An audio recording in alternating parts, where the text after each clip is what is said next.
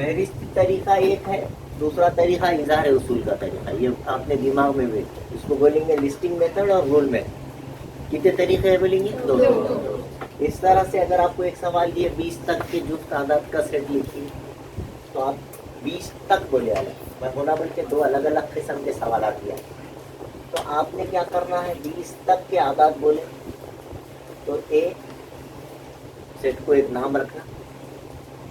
जुफ्त आदात का मतलब है इवन नंबर्स बोले तो 2 के पहाड़, 2 से कटने वाले, 2 4 6 8 10 20 तक। आप चाहे तो बीच में डैश डैश डैश ऐसा दे सकते हैं, और हर एक के बीच में कॉमा दे दें। और उस ये है फहरिस्ती तरीका। अब इसको इज़हार उसूल के तरीके से या रूल मेथड से लिखो बोले तो उसको एक्स फर्ज कर लेना है, एक्स, और इससे पहले वाला एक अदद लेना, इसके बाद वाला एक अदद लेना। तो ये मैंने इससे पहले वाला अदद एक छोटा है, एक्स से छोटा है, लेस देन, इसके बाद वाला अदद लेना 21, उसमें 20 आ जाए।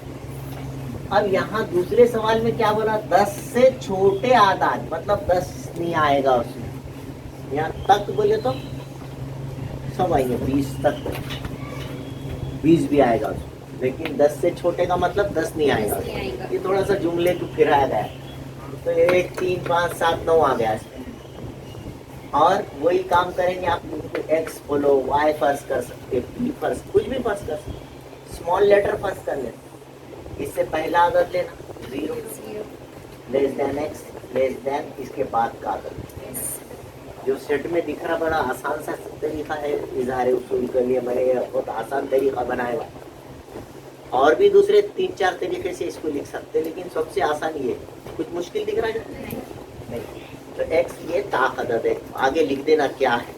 ताक अदद है, जुफ्त अदद है, तबई अदद है, नेचुरल नंबर है, वो होल नंबर है। वो पूरी माकू अपनी वीडियो में मिलेगा, वो पूरा हर चीज़ पूरी कंप्लीट समझाए हुआ है। अब उसके बाद है दूसरे तरीका मसावी सेट। तो किसको 2 सेट मसावी कब होते हैं, 2 या 3 सेट मसावी कब होते हैं, जब उनके अरकान मसावी वही हो, एक सा हो, है ना। जब उनके अरकान एक सा हो, जैसा अगर आपने एक सेट लिए ए, जिसमें लिखा है समझो 1 3 5 7 9, और दूसरा एक सेट है उसमें लिखा है 9 5 7 3 1। क्या वही अरकान है ऊपर भी और वही अरकान नीचे? yes. क्या कोई कम ज्यादा है क्या? तो इसलिए यहाँ पर बोल सकते हैं कि set A is equal to B, खत्म हो, वही रहना, एक सा इक्वल है, कोई अलग अलग नहीं रहा, एक आधा भी ज्यादा कम नहीं रहा। ऐसा रहा तो क्या बोलेंगे आप, देखो 1 2 3 ए बी सी है कि नहीं है? ये दोनों सेट मसावी हाँ? है ना, उतने ही है ना, वही है ऊपर जो है नीचे है। फिर क्या करेगा, set B is not equal to set A. अलग अलग है, गिनती बराबर बना नहीं बना, उसमें 3 है तो इसमें 3 लोग रहना, ऐसा नहीं, वही रहना, वही एक सा सेम टू सेम, समझ रहे? तो these 2 sets are called equal sets। बात समझ में आ गई? और जिन सेट में आखिरी रुकन मालूम है आपको, उसको महदूद सेट कहते, फाइनाइट सेट कहते, लास्ट टर्म उसकी मालूम है। और कभी ऐसा बोलेगी भाई जो है हकीकी आदात का सेट या जुफ्त आदात का सेट, यही मिसाल ले लो, खाली बोले जुफ्त आदात, 20 तक बोलने से 20 की बाउंड्री लग गई, लेकिन खाली जुफ्त आदात का सेट बोले आदत आती जाएगा ना आगे, एंड है क्या उसको? तो ऐसे सेट को इनफाइनाइट सेट बोले, जिसका लास्ट नंबर हमको नहीं मालूम है, जिसकी हद नहीं मालूम है, उसको हम क्या कहेंगे? Infinite set. बड़ी आसान सी बात है, मैं समझता हूँ समझ में आ गया। ये है थोड़ा सा रिवीजन जो आपको एग्जाम में आने वाला है। अब यहाँ पर एक्सरसाइज नंबर 1.1 में इसके क्वेश्चंस दिए वाले, और वो क्वेश्चंस में कुछ इक्वेशंस दिए वाली, और इक्वेशंस के जरिए आपको सिखाया जा रहा है कि भाई सेट इक्वल सेट है कि नहीं है, मसावी सेट है या नहीं है, और दूसरी एग्जांपल्स आपको ये भी बताई जाएगी साथ ही साथ 5वीं 6वीं 7वीं का उसमें रिवीजन भी लिया जा रहा। आपको ये मालूम है कि नहीं देखी जा रही कि ये दिए वाली मसावत को कैसा हल करते। जैसा उसने यहाँ पर पहला सवाल किया, एक सेट ए दिया और उसमें बोला x जबकि 3x - 1 = 2। तो आपको ये मसावत हल करने आती कि नहीं आती वो देखा गया है। ऐसा तीन सेट दिया, 3 सेट में भी आपको उसका मतलब समझा कि नहीं समझा। एक में मसावत हल करना है, दूसरे में दूसरी बात है x जबकि x ये तबई अदद है, लेकिन x मुफर्रद भी नहीं है और मुरक्कब भी नहीं।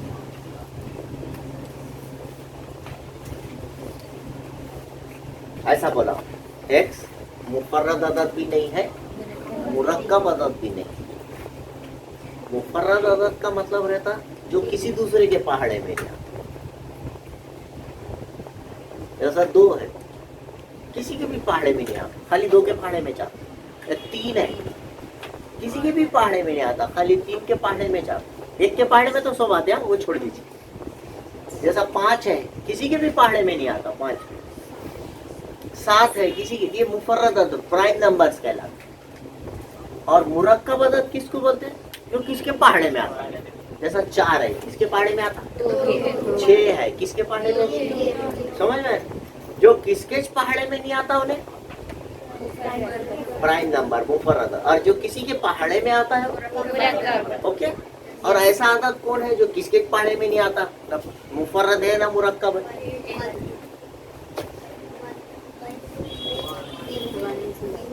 और करें, ठीक है। सी अब और करें मैं बाद में बस x जबकि x belongs to x less than 2।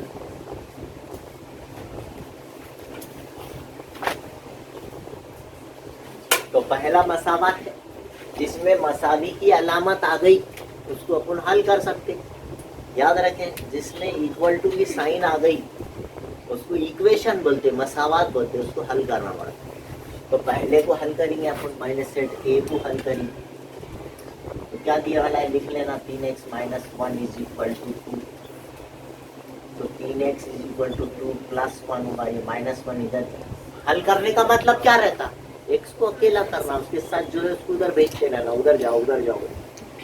तो पहले -1 इधर आ गया, तो 3x = कितना होगा? तो x = 3/3। 3 एक का x = 1, यानी पहले सेट का जवाब है 1। अभी आप बोले ना तो मुरक्कब ना तो मुफर्रद, कौन रहता? तो बी का जवाब भी 1 आया, है ना। और 2 से छोटा, ये छोटे की अलामत, x छोटा है 2 से छोटा कौन रहता? तो सी का जवाब भी 1 आया। क्या तीनों सेट में वही आया? yes, इसका मतलब A = B = C। क्या तीनों सेट बराबर है? yes, जी हाँ जी, तीनों बराबर है। हमें आप समझ नहीं बात। तो ये यहाँ पर इक्वेशन सॉल्व करने आपको आता कि नहीं आता ये देखा गया। छोटी सी बात है, पुरानी 5वीं 6वीं की।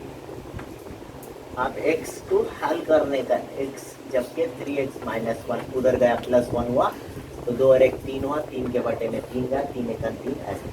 दूसरा तो बड़ा आसान है, ना तो मुरक्कब ना तो एक ही चीज। और तीसरा यहाँ तो बड़ा आसान है, 2 से छोटा कौन है? तो तीनों सेट में वही अदद आया, इसका मतलब तीनों सेट बराबर। ये इसका सोल्यूशन। समझ आई बात?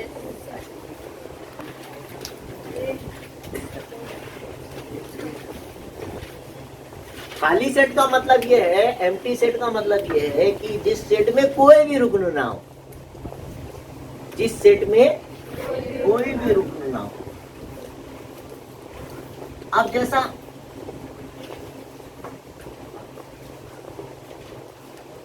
आपको बोले हुर्फ तहजी ABCD अल्फाबेट्स, उसमें ए और बी के दरमियान आने वाले पूरे सेट, पूरे अरकान, ए और बी के बीच में कौन आता? खाली सेट हुआ। जेड के बाद के पूरे अल्फाबेट्स कोई है? ए के पहले के पूरे अल्फाबेट्स कोई? ऐसा कुछ भी दिल से सवाल बनाया जा सकता है ना? नेचुरल नंबर्स में एक के पहले आने वाले पूरे आदाद, तभी आदाद का सेट आपको मालूम है। नेचुरल नंबर्स में कौन रहता क्या? तभी आदाद बोले तो गिनती, नेचुरल नंबर्स बोले तो गिनती कहाँ से चालू होती? एक से चालू होती। उससे पहले कोई रहता क्या फिर गिनती में? ऐसा सेट कुछ भी बनाया जाता। तभी आदाद में एक और दो के बीच में आने वाले आदाद, गिनती में कोई बीच में आता क्या? एक और दो के बीच में नहीं आता। ये इस तरह से कंफ्यूजन नहीं रखे तो ऐसे सेट को खाली सेट कहते हैं, और उस सेट को ऐसा जाहिर, ये होगा खाली सेट। और या उसे ऐसा बताते हैं फाई सेट। इसे क्या कहते हैं? इसको इस निशान में क्या कहते हैं? आप सिर्फ ऐसा एक राउंड कीजिए, उसको फाई बोलते हैं। उसे कैसे जाहिर करते हैं? फाई सेट, फाई सेट कहते हैं। ये याद रखें आप। एक हुआ एम्प्टी सेट, खाली सेट, नल सेट, इसको NULL नल सेट भी कहते हैं, एम्प्टी सेट। हाँ, तो उसे फाई से जाहिर करते हैं। या उसको खाली ब्रैकेट लिखना, कुछ ब्रैकेट में, करली ब्रैकेट में कुछ भी नहीं, ये उसकी निशानी है, खाली सेट की निशानी। और उसकी मिसालें भी दिया मैंने कुछ आपको, तो वो भी एक सवाल यहाँ पर एक्सरसाइज नंबर 1.1 में है, वो आप दे सकते हैं। फिर उसके बाद लामहदूद महदूद, जैसा यहाँ पर एक सवाल मैं पढ़ के सुना तो आपको महदूद है कि लामहदूद है, उसको भी रिवीजन कर लेंगे जल्दी जल्दी। x छोटा है 10 से, यानी वो सेट में आने वाले आदाद 10 से छोटे, मतलब उसमें लास्ट नंबर कौन है? 10 से छोटे बोले तो 9। उसका लास्ट नंबर अपने को मालूम है ना? 10 से छोटे बोले तो लास्ट नंबर, ये यहाँ जो भी आ रहे, आखिरी कौन आ रहा? तो जिसमें आखिरी आदाद मालूम है उसको कौन सा सेट है ना? ऐसे तभी आदाद बोला, तभी आदाद मैंने अभी बोला, natural number which are less than 10। तो नेचुरल नंबर किसको बोलते हैं? गिनती कहाँ से शुरू होती है? एक से। नंबर 2, फिर चलते चलते कहाँ खत्म होगा? तो आप फर्स्ट में क्या लिखेंगे? ये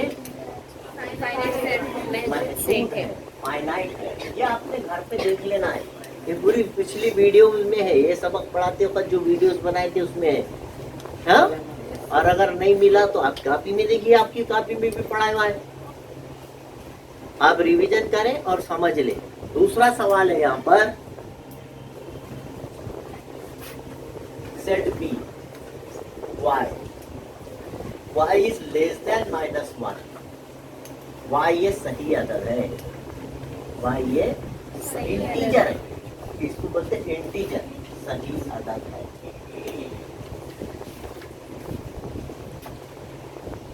-1 से छोटे तो इधर जीतता जाते जाएंगे। मैं पहले आता, अब मैं ऐसा लिखता हूँ, इंटीजर्स में जा रहा हूँ, -1 के बाद ये सब उसके छोटे, तो -1 से छोटे कहाँ तक बोला क्या? इसका मतलब है ना? तो ये सेट कौन सा सेट हो गया? सेट बी में infinitely many numbers are there, इसको बोलते हैं उर्दू में लामहदूद और इंग्लिश में इस तरह से आप समझ लें। लास्ट नंबर जिसमें आता है उसको फाइनाइट कहते हैं, तो जिसमें लास्ट नंबर आपको नहीं मिलता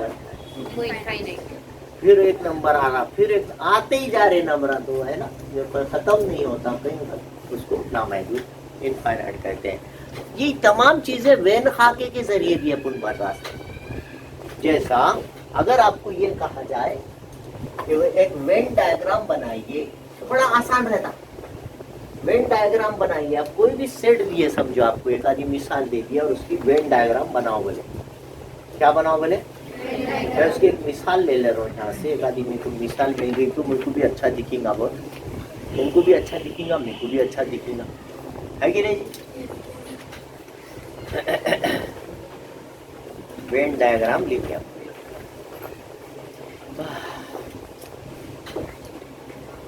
ये सब रिवीजन है। हाँ, कल से मगर आप पढ़ के आने वाले हैं सब बच्चे। बोलो हाँ बोलो। अब उसमें एक सेट ऐसा है, x is equal to x such that x belongs to n. This is what is called belongs to. मतलब वो सेट तबई आदात का n मीन नेचुरल नंबर। ये सब तफसील आपको पहले बताई गई है। ये सब रिवीजन चल रहा है, इसलिए मेरे को बहुत लंबा प्रोसीजर अपनाने नहीं आने वाला। आपको देखना पड़ेगा पुरानी वीडियोस, घर पे जाके पढ़ना पड़ेगा। n तबई आदात, निशानी कही के बिलोंग्स। बिलोंग्स का मतलब का रुकन है। पूछता हूँ ऐसा लिख के, इसको पढ़ो जुमलों में लिखो। तो लिखना x सेट n, इसको सेट लगा, कैपिटल जो रहता है उसको कभी भी सेट का लफ्ज लगा के पढ़ो। x सेट n का रुकन है। उर्दू में जरा सेट लगा दो, इंग्लिश में भी x belongs to set n। समझे? और उन्हें क्या बोला? 7 less than x less than 15। क्या मतलब है इसका? 15 और 7 के बीच क्या? कौन कौन आता 7 और 15 के बीच में? गिनती बोलो।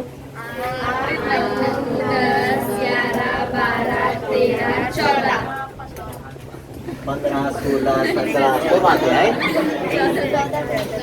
इसका मतलब कितने बार बता दिए? ये दोनों के दरमियान के आदात बोली तो ये आएंगे ना, 15 आएगा ना 7 आएगा। अब इसका वेन खाका बनाइए। बोला क्या बोला उन्होंने? Venn diagram. बड़ा आसान रहता। पहले इसका फहरिस्ती तरीका बना लेना। उन्होंने इजहार उसूल के तरीके से दिया, रूल मेथड से। अपन उसको लिस्ट मेथड बना लेना, ठीक है? और फिर एक कुछ भी कोई की भी शक्ल बनाओ, कोई की भी, मुसल्लस, मुरब्बा, दायरा, ऐसा तरबूज, कुछ भी बना सकते आप।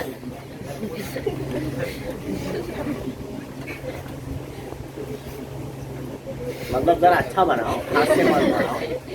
तो ये दायरा ही है, सर्कल है, और उसमें ये जितने लोग हैं उतने पॉइंट्स लगाना, उतने पॉइंट्स, उतने पॉइंट। बड़ा आसान रहता। आप मुसल्लस, मुरब्बा कुछ भी बनाइए, उतने पॉइंट्स लगा लीजिए। कितने हैं ये देखो? 7 हो गए क्या? 7 यहाँ लिखो 8, इसके बाजू लिखो 9, 6, 12, 13, 14 हो गया। वेन डायग्राम बन गया। और ये सेट का नाम उसके बाजू में लिख देना। कौन सी भी शक्ल बना सकते हैं आप, उसको बोले आना है वेन डायग्राम, वेन आका, ऐसा बना दे। एग्जाम में आएगा ये, वेन डायग्राम बनाइए। तो आप जो दिया हुआ सेट है, बस उसको एक दायरा या एक मुरब्बा या मुसल्लस कहीं की भी शक्ल बनाए, ट्रायंगल बना सकते। और ये आपका रिवीजन चल रहा। मैं बार बार बोलना पड़ रहा, this is revision, but this is detail, detail revision. Single question, detail है ना। और इसके बाद एक सेट होता है कायनाती सेट, यूनिवर्सल। नहीं, ट्रांसलेशन करना नहीं सिखा रहा मैं, सेमी इंग्लिश की क्लास है क्या? वो मेरे को बड़ी अजीब मालूम होता। कुछ भी बोले कि उसका इंग्लिश का लफ्ज बोलते, इंग्लिश में बोले कि उर्दू का लफ्ज बोलते, वो सिखाने को आए आते, माने सीखने का है उसके। यह बात है। अरे बहुत तंग कर लिया आपने लोगों ने। कुछ भी बोले कि उसका उर्दू, अरे उसका मतलब मालूम होना, उसके मीनिंग थोड़ी सी बताना। Universal set. अब उसमें आपको मुकम्मला सेट समझ रहे हैं? यूनिवर्सल सेट जो होता है,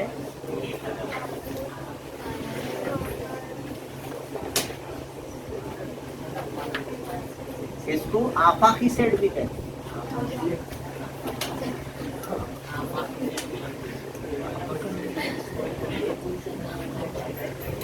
इसको आफाकी सेट भी कहते हैं। अगर अभी तक आपने मेरे चैनल को सब्सक्राइब नहीं किया है तो please like, share and subscribe my channel. Thank you.